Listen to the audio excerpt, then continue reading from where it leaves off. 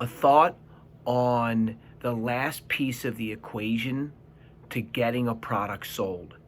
So many times in the closing process, we are convinced that we have all of the stakeholders involved and agreeing to make the next step and implement the product or use the product that we're trying to sell. Oftentimes, even though we're convinced of that, it's not the case. A client who I coach asked me to hop on a call earlier this week. He had the two chief stakeholders on the call with us. The call went beautifully well. He asked all of the right questions.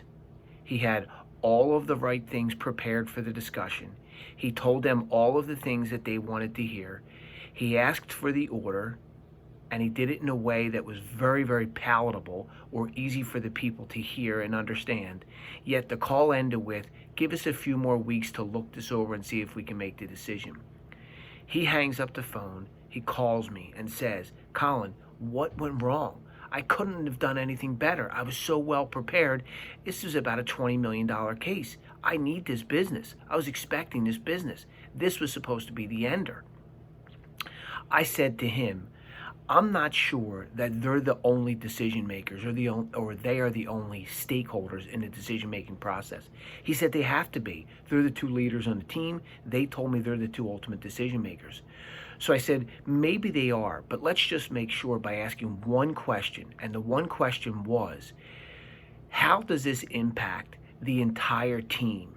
So how does this implementation of what you were doing changing over into what I'm asking you to do, how does that impact the entire team? He said, I'm pretty sure they're going to say the same thing they've told me, that they're the decision makers, but I'll ask it anyway. So he asks the question on Wednesday. They respond with, Elise, one of the team members, was the person who ultimately made the initial investment, the decision that they made in the first place. She made this decision. And I'm not sure that she is comfortable getting out of the products that we're in and going into the products that you're asking us to do, to go into. So simply by asking that question, he found out what the core of this elongated sales process was. It was Elise's indecision. So he now has the path to walk down in order to get the product sold. So the takeaway is simple. If the sales process is taking longer than you want, ask one question. And that question that I want you to ask is, how is this impacting the entire team? How is the entire team impacted by this change that I'm asking you to make?